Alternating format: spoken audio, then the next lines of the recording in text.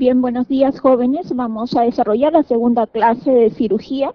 Desde un punto de vista anatómico, el estómago se continúa del esófago a través del cardias y tenemos el fondo, el cuerpo, el antro y el píloro, que se va a continuar con la primera porción del intestino delgado, que es el duodeno. A nivel del fondo y el cuerpo gástrico, vamos a encontrar las células parietales productoras de ácido clorhídrico y factor intrínseco, y las células principales que producen el pepsinógeno. Y a nivel antropíloro vamos a encontrar las glándulas mucosas, las productoras de moco.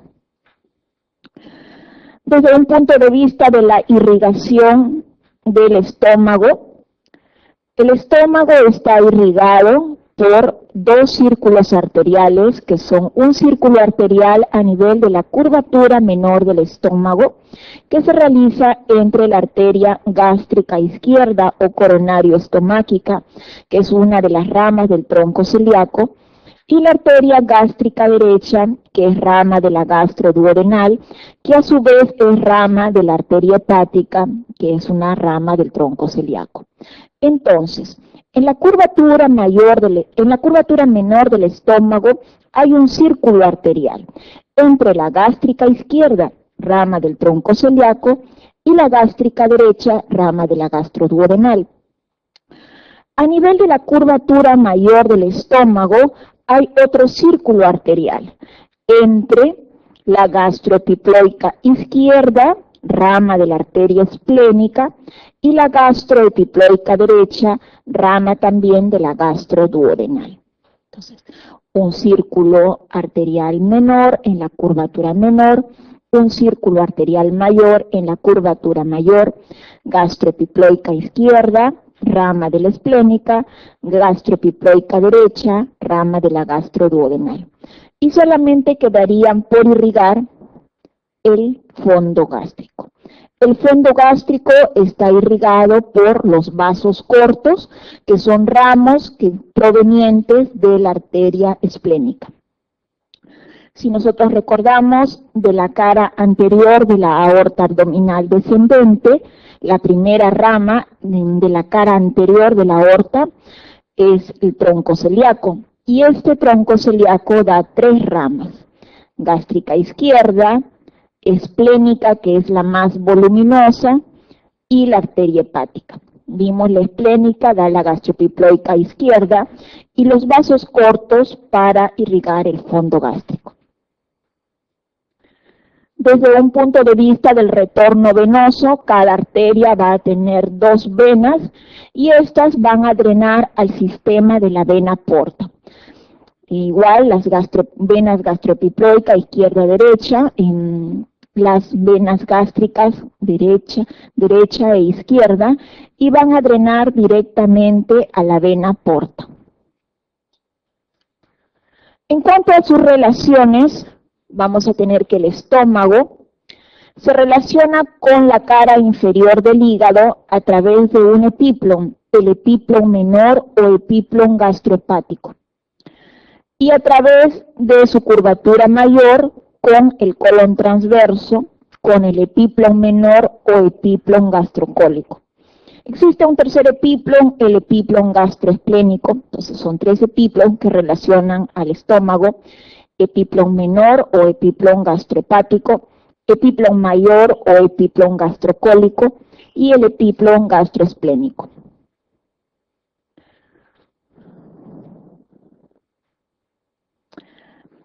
El punto de división del fondo gástrico se encuentra a este nivel en el ángulo cardíaco, el ángulo de His. A ese nivel hacemos una horizontal, por encima de la horizontal tenemos el fondo gástrico. Y en la curvatura menor del estómago vamos a tener la incisura angularis, y de esta incisura trazamos una perpendicular hacia la curvatura mayor del estómago, y vamos a tener lo que es el antro gástrico. Bien, veamos ahora el cáncer gástrico. La patología neoplásica oncológica del estómago es una patología asociada a países de bajo desarrollo como el nuestro. Es una neoplasia más frecuente en el mundo, es la segunda causa de muerte por enfermedad oncológica. En nuestro país se encuentra en segundo lugar después del cáncer de cuello uterino en las mujeres y el cáncer de pulmón en el varón. Es más agresivo cuanto más joven se presente, y si bien el cáncer gástrico es más frecuente en el sexo masculino, es de peor pronóstico en el sexo femenino. La sobrevida a los 5 años, independientemente del T o del N, alrededor del 20%, excepto que nos encontremos en el cáncer gástrico temprano, o lo que se llama el PIS, el early cancer. El early cancer, cáncer gástrico temprano, que está solamente en la mucosa gástrica, puede llegar a alcanzar sobrevidas a los 5 años alrededor del 95%. En el mundo, la incidencia del cáncer gástrico va a variar. Tenemos países de alto riesgo, alta incidencia de cáncer gástrico, como es a la cabeza Japón, y dentro de ese grupo se encuentra el Perú. Países de riesgo intermedio está en Europa, el riesgo intermedio en la Europa occidental, y países de riesgo bajo son Estados Unidos, Nueva Zelanda, son países de riesgo bajo. En cuanto a la epidemiología, decimos representan el 10% de casos nuevos de cáncer.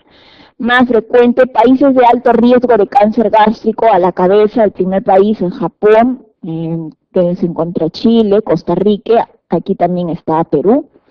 Más frecuente en varones, sobre todo en la 6ª y 7ª década de la vida. Menos del 10% se va a realizar diagnóstico precoz en nuestro país. ¿Por qué? Porque en nuestro medio el paciente llega a la consulta cuando tiene sintomatología. Tiene baja ponderal, llenura precoz, dispersias, entonces el paciente va a la consulta. Y cuando hay sintomatología, ya el cáncer gástrico es avanzado. Para poder detectar un cáncer gástrico temprano, tiene que ser un paciente, un grupo de pacientes, que son asintomáticos. Un paciente asintomático que acude a la consulta porque me quiero hacer un chequeo general y además me quiero hacer una endoscopía. Esto generalmente ocurre en pacientes que tienen antecedentes de familiares con cáncer gástrico. Entonces quieren hacerse un despistaje de cáncer gástrico y allí es donde se encuentra el cáncer gástrico temprano. Ese que les dije, podemos llegar a sobrevidas de 95% a los 5 años. Pero como eso comúnmente no ocurre en nuestro medio, nadie que sea asintomático va a un consultorio y pide que le hagan una endoscopía.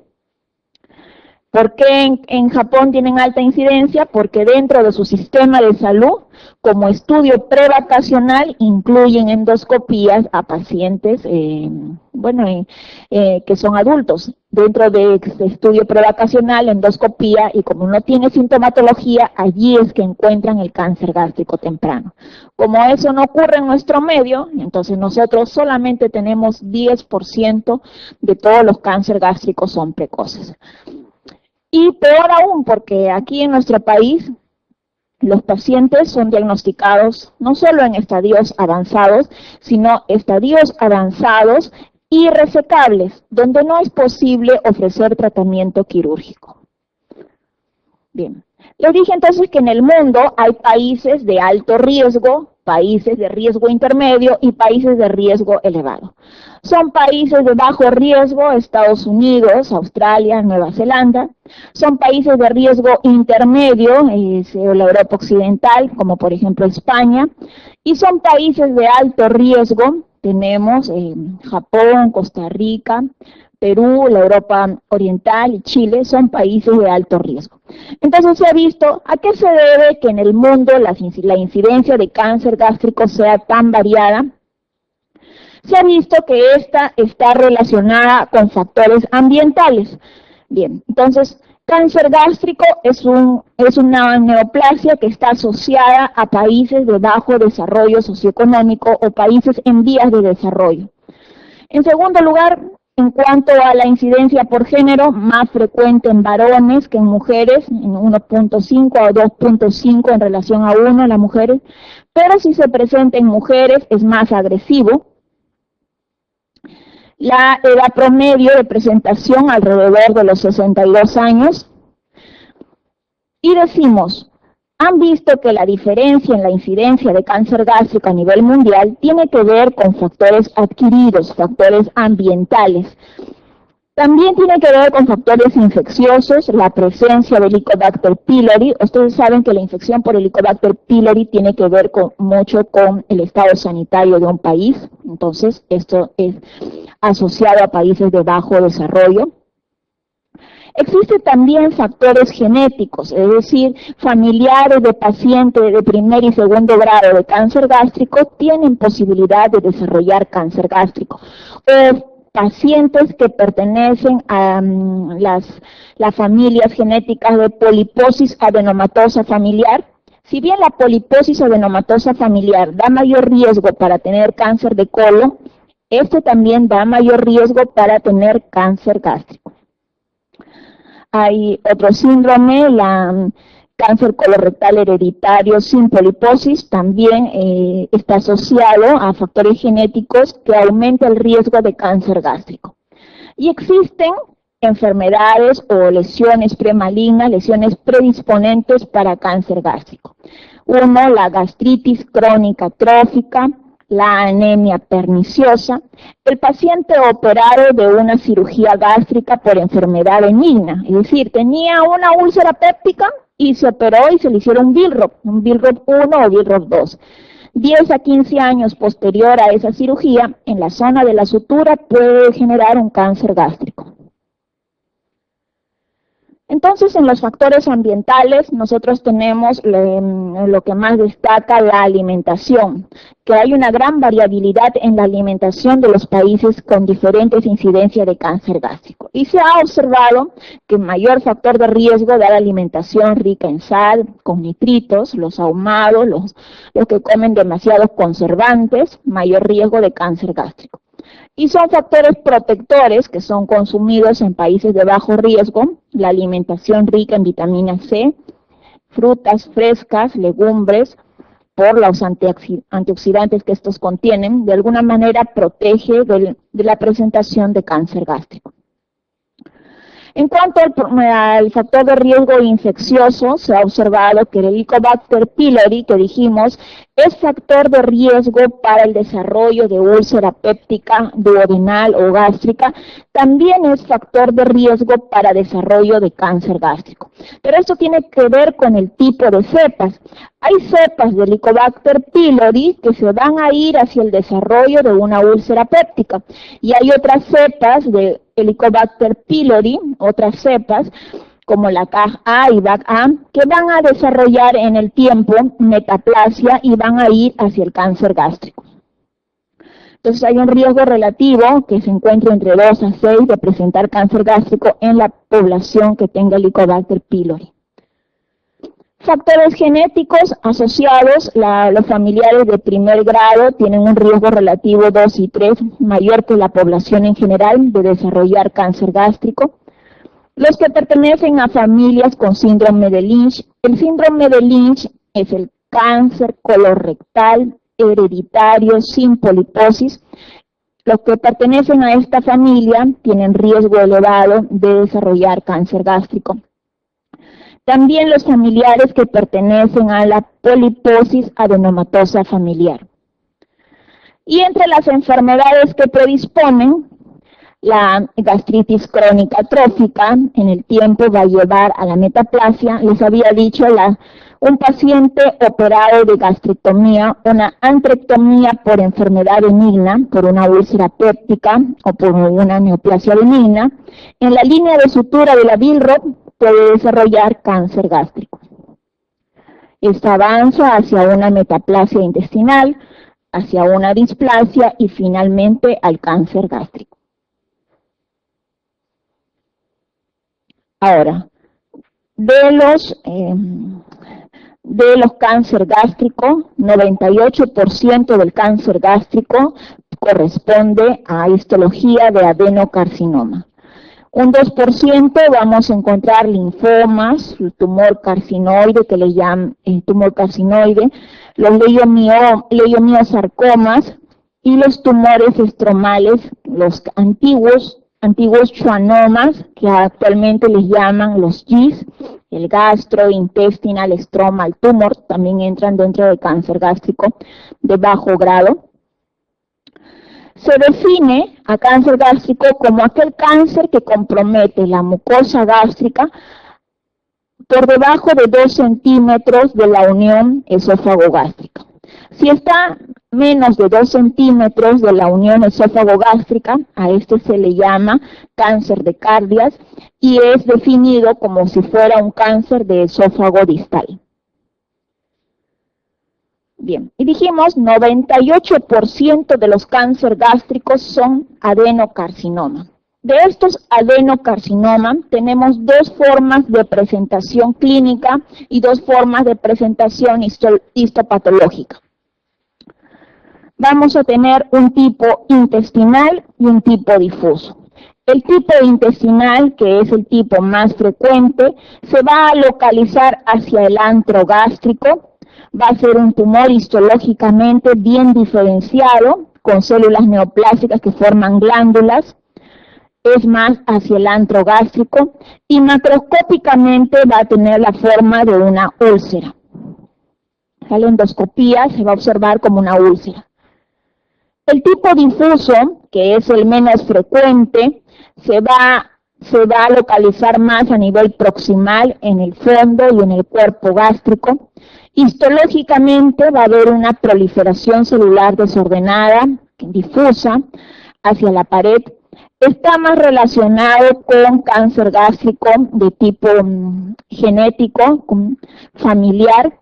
Se observa a la endoscopía como una zona de linitis plástica. Ya en la histología se puede encontrar células en anillo de sello. Entonces, el adenocarcinoma gástrico puede ser intestinal, que es el más frecuente y es a nivel distal, antral. O puede ser difuso y este tiene un componente genético. Este se localiza a nivel proximal, fondo y cuerpo alto. A la endoscopía se va a observar como una zona de linitis plástica. Bien. Son factores predisponentes para el adenocarcinoma gástrico, la anemia perniciosa. Es ser perteneciente al grupo sanguíneo A, pertenecer a familias con antecedente de cáncer gástrico, primer grado, factores ambientales más relacionados a la forma intestinal. Estos factores ambientales están relacionados con la dieta y se ha observado, por ejemplo, Japón es un país de alto riesgo de cáncer gástrico.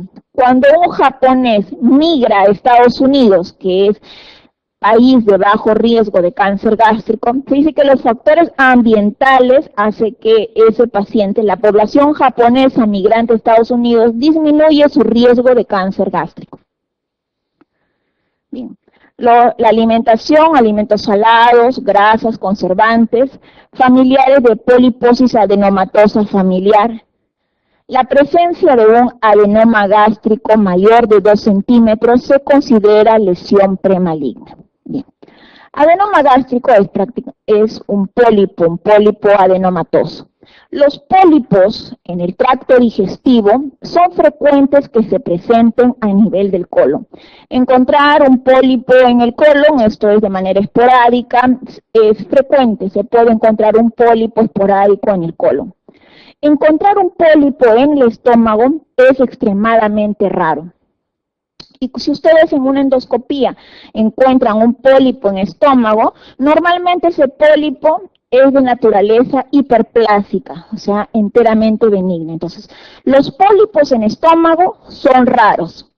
Cuando se presentan, cuando se encuentran, generalmente son pólipos hiperplásicos y estos tienen naturaleza benigna. Pueden existir en el estómago también pólipos de naturaleza adenomatosa, son más raros, Pero cuando se presentan y tienen un tamaño mayor de 2 centímetros, se considera condición premaligna. Es decir, son raros, pero si se presentan, son condiciones premalignas de cáncer gástrico. Ya habíamos visto el cáncer colorectal hereditario no polipósico, que se llama síndrome de Lynch, la infección por Helicobacter pylori, una gastrectomía previa, una antrectomía que termina en Billroth 1 o Billroth 2 sobre la línea de sutura, 10 a 15 años posterior, pueden desarrollar cáncer gástrico. Es cáncer gástrico del remanente quirúrgico de una gastrectomía previa. El tabaquismo, la enfermedad de Menetrier, que es una gastropatía hipertrófica perdedora de proteínas de origen congénito, también mayor riesgo de adenocarcinoma gástrico. Entonces son lesiones premalignas, pólipo adenomatoso gástrico mayor de 2 centímetros en tamaño, pertenecer a familiares de la poliposis adenomatosa familiar, tener metaplasia intestinal en estómago, una úlcera péptica gástrica gigante, es decir, una úlcera gástrica mayor de 3 centímetros, alto riesgo de cáncer, y el estómago remanente después de 10 a 15 años de cirugía benigna, de una antrectomía más una cirugía Billroth. Ahora, en cuanto a la progresión del tumor, en cuanto a la progresión en las paredes del estómago, vamos a tener que el cáncer gástrico puede ser un cáncer gástrico temprano o early cancer si solamente afecta la mucosa y o hasta la submucosa. Y va a ser cáncer gástrico avanzado cuando afecta desde la capa muscular en adelante, independientemente de que tenga o no tenga ganglios positivos. Es decir, puede estar en la mucosa y ya tiene, ese paciente que tiene cáncer solo en la mucosa, tiene riesgo de tener ganglios positivos hasta 20% de posibilidad de tener ganglios positivos. Pero la presencia de ganglios metastásicos con cáncer no me da el diagnóstico de cáncer temprano. Entonces, definición de cáncer gástrico temprano, el cáncer gástrico que afecta la mucosa y o hasta la submucosa, independientemente de que tenga o no tenga ganglios positivos. Y el cáncer gástrico avanzado, de la muscular en adelante, y eso es el que se clasifica de acuerdo a la clasificación endoscópica de Borman, ese que a la endoscopía dice lesión ulcerada, lesión polipoidea, Borman 2, Borman 3, Borman 1. Cuando hablamos de Borman, la clasificación Borman es de cáncer gástrico avanzado, o sea, ya le están diciendo es un cáncer gástrico avanzado. Y el cáncer gástrico temprano o early, dijimos, el que afecta mucosa y o hasta la submucosa, endoscópicamente, de acuerdo a la clasificación endoscópica japonesa, puede tener la siguiente forma. Ser tipo 1, prominente o protruido, tiene una elevación mayor de 5 milímetros. Tipo 2, superficial, que a su vez puede ser superficial elevado, 2A, superficial plano, 2B, o superficial deprimido, 2C, o puede ser tipo 3, el ulcerado o excavado, y una úlcera que puede superar la muscularis mucosal. De todas las formas de cáncer gástrico temprano endoscópico, la forma más frecuente es la forma combinada 2C más 3. Entonces le dicen, ¿cuál es el cáncer gástrico temprano más frecuente? Te marcan 2C más 3. Bien, tenemos cáncer gástrico temprano, protruido, el plano superficial y el excavado. Y la clasificación del cáncer gástrico avanzado es la clasificación de Borman, en tipo 1, polipoide, tipo 2, ulcerado, tipo 3, ulcerado e infiltrante, y tipo 4, el de la linitis plástica. Habíamos dicho que en adenocarcinoma, el adenocarcinoma de tipo intestinal es más frecuente que sea ulcerado, o sea, tipo Borman 2 o Borman 3, y el tipo difuso es más frecuente que sea de la rinitis plástica. Entonces, ello nos sirve para hacer el TNM de cáncer gástrico y vamos a tener T1 es cáncer gástrico temprano que va hasta la submucosa.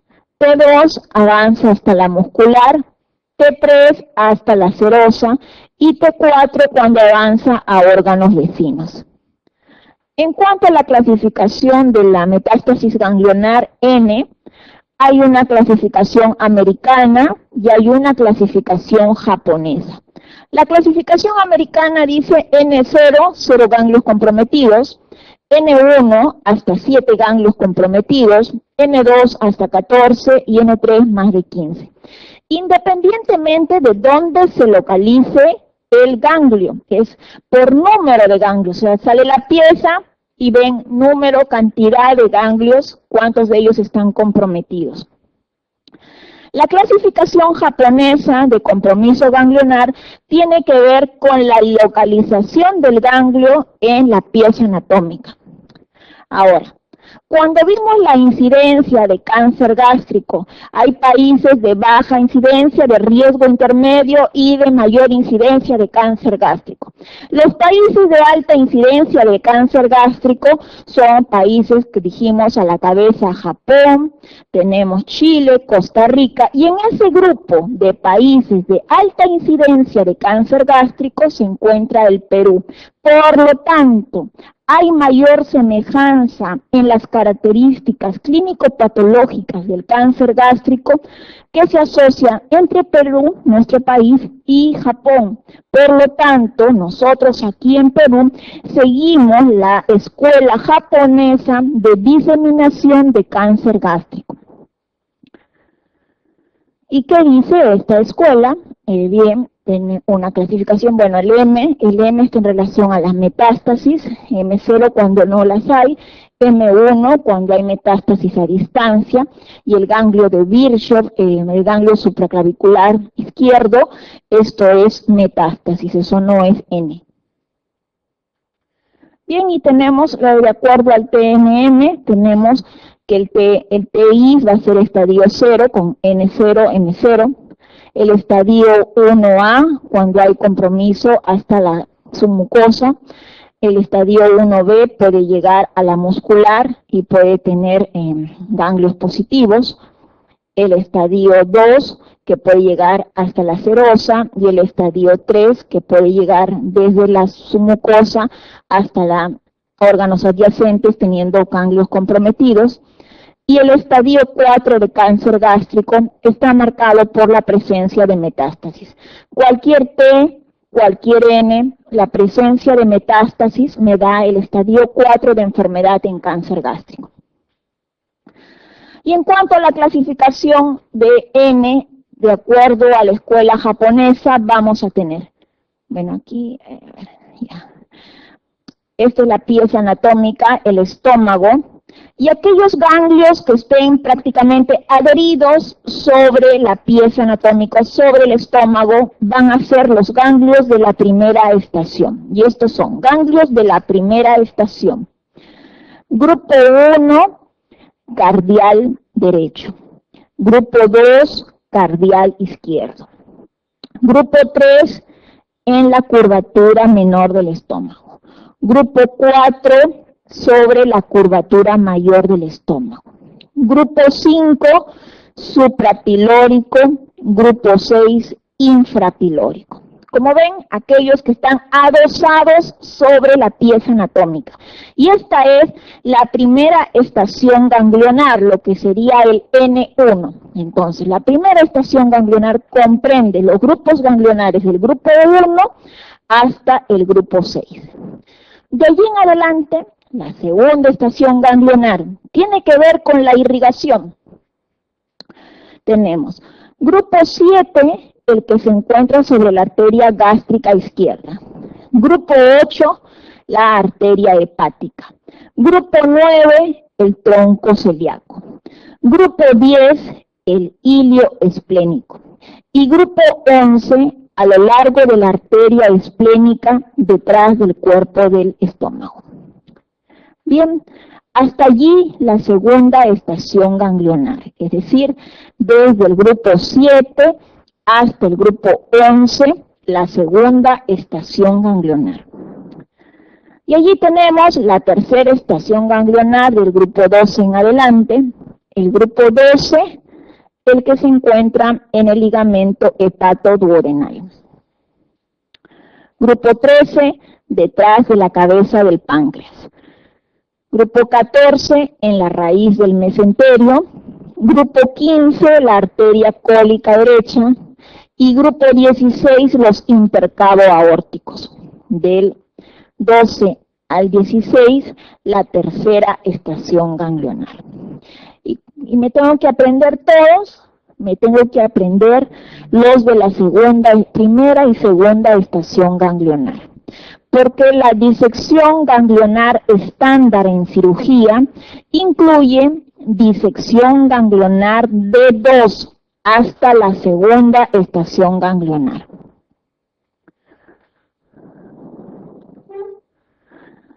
Grupo 1, paracardial derecho, grupo 2, paracardial izquierdo, grupo 3, curvatura menor, grupo 4, curvatura mayor, grupo 5, suprapilórico, grupo 6, infrapilórico.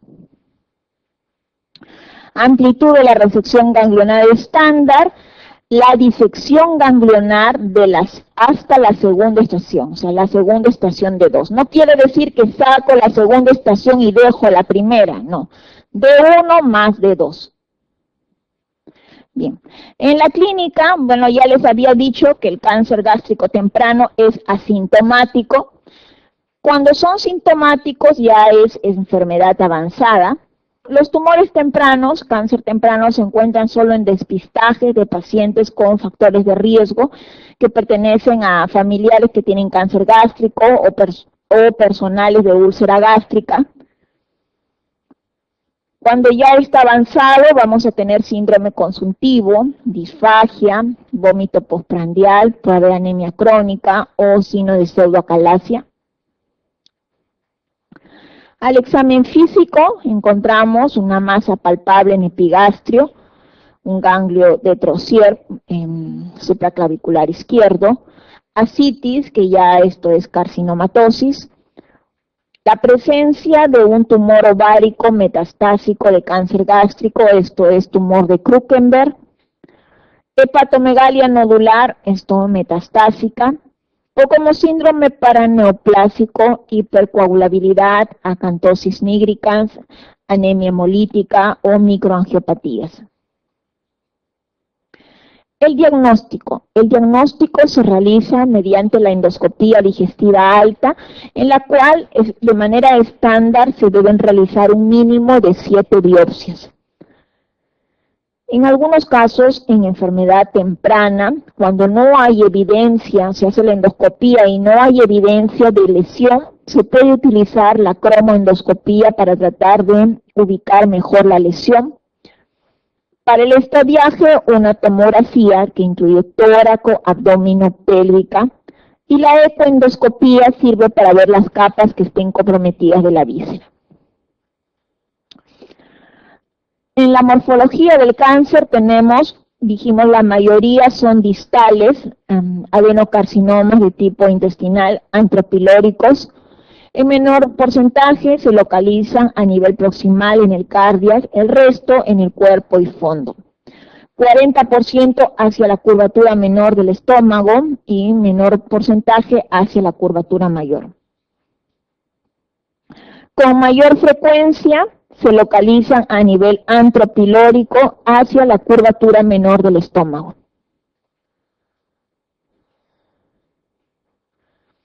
Y el tratamiento del cáncer gástrico, bien, en la actualidad se están proponiendo y está aceptado que cáncer gástrico temprano, el cáncer gástrico, el early cáncer, que está ubicado en la mucosa y que sea de tipo 1 elevado o de tipo 2, 2A superficial elevado o 2B superficial plano, En esos casos, cáncer gástrico temprano, según la endoscopía, el tipo 1 o el tipo 2, 2A y 2B, se puede indicar tratamiento endoscópico del cáncer gástrico, esto es la mucosectomía, que puede hacerse instilando cloruro de sodio debajo de la capa mucosa y resecando de manera endoscópica la lesión. Entonces, mucosectomía está indicado como tratamiento curativo del cáncer gástrico temprano en el T1 elevado y T1A, T2A y B. De allí en adelante tenemos que vamos a indicar tratamiento quirúrgico.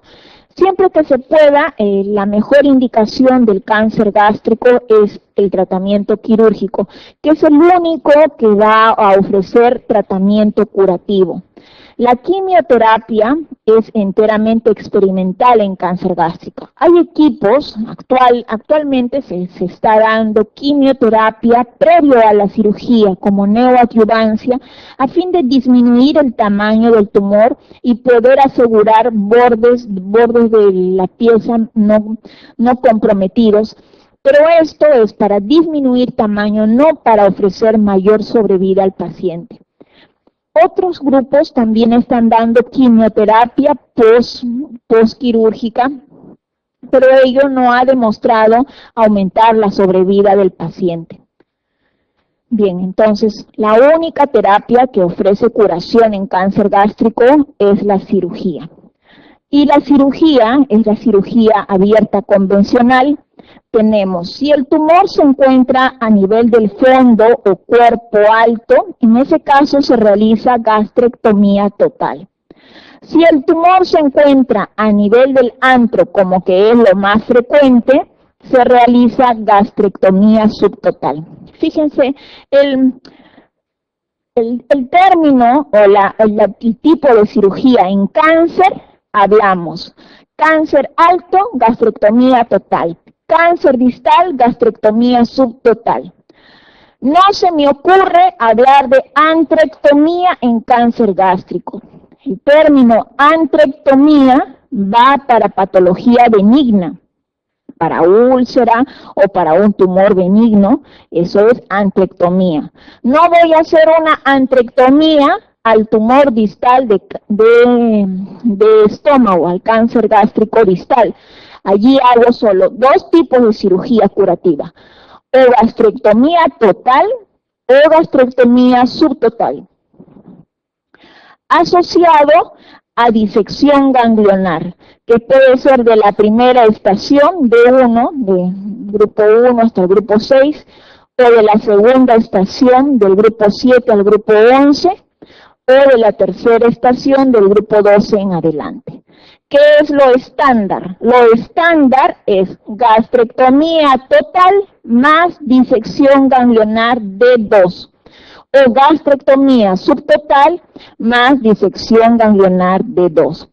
La disección ganglionar D3, donde voy a hacer una mayor disección ganglionar, está asociada a resecar mayor enfermedad, pero también está asociada a mayor morbilidad. Fíjense que el grupo 13 se encuentra detrás de la cabeza del páncreas y aquí al disecar la cabeza del páncreas podemos generar fístula pancreática, sangrados, así como los intercaros aórticos son más profundos, puede haber mayor mortalidad. Por lo tanto, se ha demostrado que de manera estándar no hay gran diferencia entre sacarlos del grupo 3, además, o sacar solo los del grupo 2. Entonces, hay que sacar de manera estándar los ganglios del grupo 2. Bien, cirugía endoscópica, ya les había dicho, es la mucosectomía solo para cáncer gástrico temprano. Y hay tratamiento paliativo también. Puede ser que tengamos un cáncer gástrico avanzado, que compromete vasos importantes, el tronco celíaco, que puede comprometer la arteria mesentérica superior, pero el paciente se presenta con hemorragia digestiva alta. Se puede hacer resecciones parciales del tumor para disminuir sangrado. Aquí no estoy aumentando sobrevida, solamente para disminuir sangrado, incluso dejando enfermedad, dejando tumor macroscópico. Está aceptado, se puede disminuir la morbilidad del paciente por sangrado. O si un paciente tiene un cáncer gástrico hacia el píloro, que no sangra, pero que tampoco se puede resecar porque está pegado hacia el retroperitoneo, pero el paciente está obstruido, está con síndrome pilórico. Se puede hacer una gastroenteroanastomosis para alimentación, simplemente para que el paciente pueda alimentarse. Ahí ha quedado la enfermedad.